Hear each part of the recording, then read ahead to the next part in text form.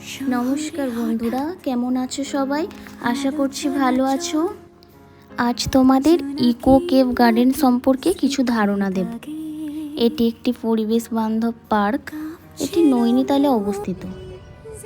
দেখতেই পাচ্ছেন প্রাকৃতিক পাথুরে তৈরি গুহা এবং ঝুলন্ত বাগানের একটি সুন্দর দৃশ্য।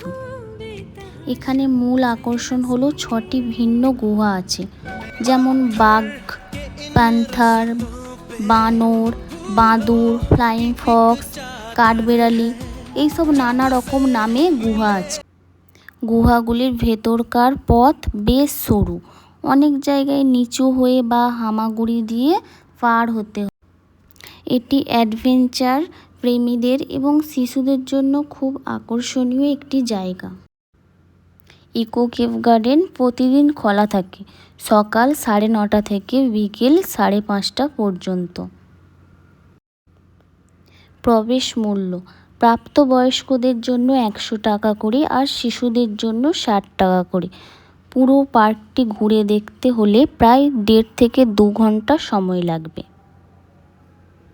ভিডিওটি ভালো লাগলে লাইক শেয়ার করুন, আর এই রকম ভিডিও যদি আপনারা দেখতে চান তাহলে সাবস্ক্রাইব করে দিন। ভালো থাকবেন, সুস্থ থাকবেন।